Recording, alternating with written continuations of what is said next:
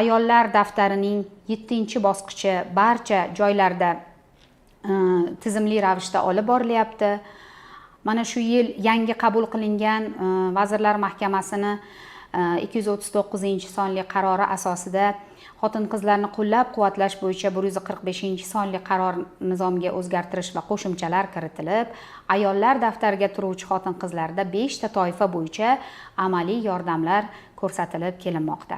Bugungi kunda ish bilan band bo'lmagan, doimiy daromad manbaiga ega bo'lmagan ayollar daftariga kiritilgan 370 mingdan ortiq ayollarimiz bugun ro'yxatlari shakllantirilgan bo'lib, bugungi kunda mana hozirgi kunga qadar 176 mingga yaqin ayollarimiz ish bilan ta'minlanib, doimiy daromad manbaiga ega bo'lish bo'yicha chora-tadbirlar tizimli amalga oshirib kelinmoqda.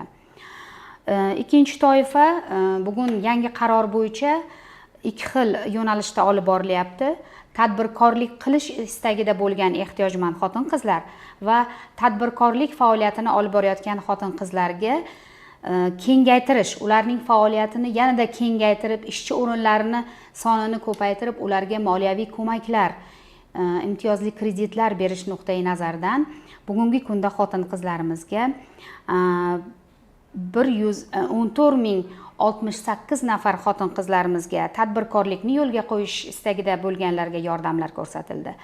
1516 nafar xotin-qizlarimizni tadbirkorlik faoliyatini kengaytirishlariga amaliy ko'maklar berildi.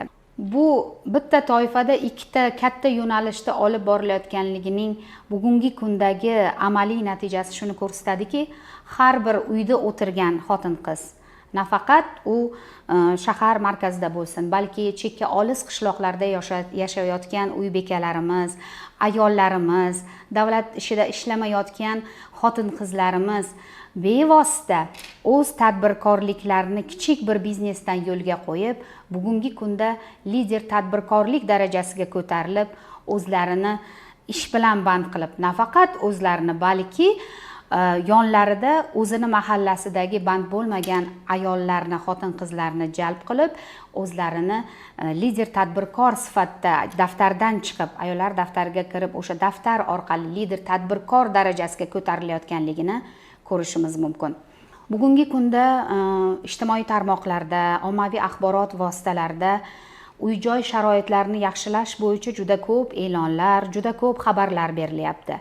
Lekin bugungi kunda xotin-qizlarimizni uy-joy sharoitlarini yaxshilashda biz qo'mita xodimlari tegishli mas'ul vazirlik va idora mas'ullari bilan hamkorlikda uy-joy sharoitlarini yaxshilashda ayollarga uy-joy ijara kompensatsiyalarini to'lash va ularni uy-joylarini ta'mirlash orqali yordamlar ko'rsatib kelmoqdamiz. Bugungi kunda xotin-qizlarni uy-joy sharoitlarini yaxshilash bo'yicha tuman shahar hokimliklari tomonidan 71 nafar ayollarimiz uy-joy bilan ta'minlandi. 760 nafardan ortiq ayollarga ijara kompensatsiyalari to'lab berildi va 1240 nafarga yaqin ayollarimiz uy-joylari ta'mirlab berildi. Mana shu berilayotgan uy-joy sharoitini yaxshilash bo'yicha ko'rsatilayotgan ijtimoiy xizmat turlari bugungi kunda albatta belgilangan normativlar, belgilangan qonun hujjatlari asosida amalga oshirilayotgan bo'lib, buning eng asosiy e'tibor qaratiladigan muhim tomoni eng ijtimoiy og'ir sharoitda bo'lgan va albatta bugungi kunda ijtimoiy reyestrda turgan xotin-qizlarimiz uchun bu toifadagi bu xizmatlar, ijtimoiy yordamlar ko'rsatilishi aynan belgilab qo'yilganligini alohida ta'kidlashimiz kerak. Bugungi kunda eng muhim masala bo'lgan xotin-qizlarimizni mana respublikada xotin-qizlarimizni har jabhada faol bo'lib ishlashlari uchun albatta ularning sog'lig'i muhim. Shu uchun har bir xotin-qizni qayerda bo'lishidan qat'iy nazar ularning sog'lig'i, ularning farzandlarini oilaviy sog'lom bo'lishlari juda ham muhim. Shu uchun ham bugungi kunda ayollar daftarida turgan xotin-qizlarimizga tibbiy yordamlar ko'lami juda ham keng bo'ldi. tibbiy yordamlarda nafaqat ayollarning o'ziga, balki ularning nogironligi bo'lgan, voyaga yetmagan barcha yoshdagi farzandlarga ijtimoiy yordamlar ko'rsatilishi, ham jarrohlik amaliyoti bilan, ham jarrohlik amaliyotsiz, ya'ni davolash yo'llari orqali ijtimoiy xizmatlar ko'rsatilishi belgilab berildi. Bu borada ayollarni ijtimoiy reyestrda turishi va bugungi kunda elektron platforma Demet tizimi ishga tushirilganligi, har bir xotin-qizni tibbiy ko'rikdan o'tkazib, ularni aynan tashxislari qo'yilgandan keyin davolashga yo'naltirilganligi, jarrohlik amaliyotiga yo'naltirilganidan so'ng tezgina bizni tuman shahar hokimi o'rinbosarlari vasiylik kengashi a'zolari bilan birgalikda, mahalla xotin-qizlar faollarimiz bilan birgalikda tibbiyot xodimlarimiz har bir ayol uchun individual rejalar qilib, uni jarrohlik amaliyotiga yoki davolanish uchun bo'lgan ijtimoiy xizmatni belgilab oladi. Anchadan buyon bir fuqaromiz jigar transplantatsiyasi jarrohlik amaliyoti bo'yicha murojaat qilib yurgan edilar.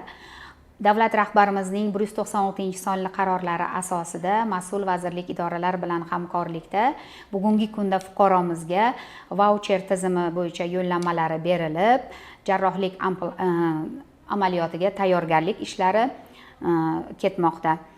Demak, ayollar daftari tizimi xotin-qizlarga yordam berish jarayonida eng asosiy jarayon bo'lgan bugungi kunda xotin-qizlarning huquq va manfaatlarini himoya qilish, ayniqsa xotin-qizlarni ruhiy holatini yaxshilash uchun ham bu qarorimizda yangi toifa joriy qilingan. Bugungi kunda nafaqat ayollar daftariga kiritilgan xotin-qizlar, balki boshqa ijtimoiy xizmatlarga muhtoj bo'lgan, ijtimoiy xizmatlar yordamlar kerak bo'lgan ayollarimiz mana qo'mitani tashabbusi bilan tashkil etilgan oila maskanlariga ularning muammolari, ularning masalalari o'z yechimini topayapti desak adashmaymiz.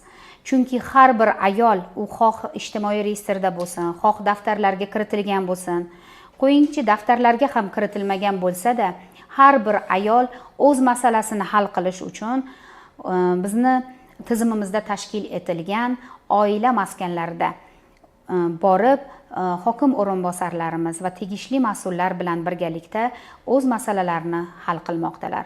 Ular ta'lim imtiyozlari masalasi bo'yichami yoki bir huquqiy masala bo'yichami yoki ruhiy holatini yaxshilash bo'yicha tazyiq va zo'ravonlikka uchragan, o'zini ruhiy holatini yaxshilash uchun yordam so'rab chiqayotgan ayollarimizning masalalari aynan oila maskanlarida ko'rib chiqilmoqda.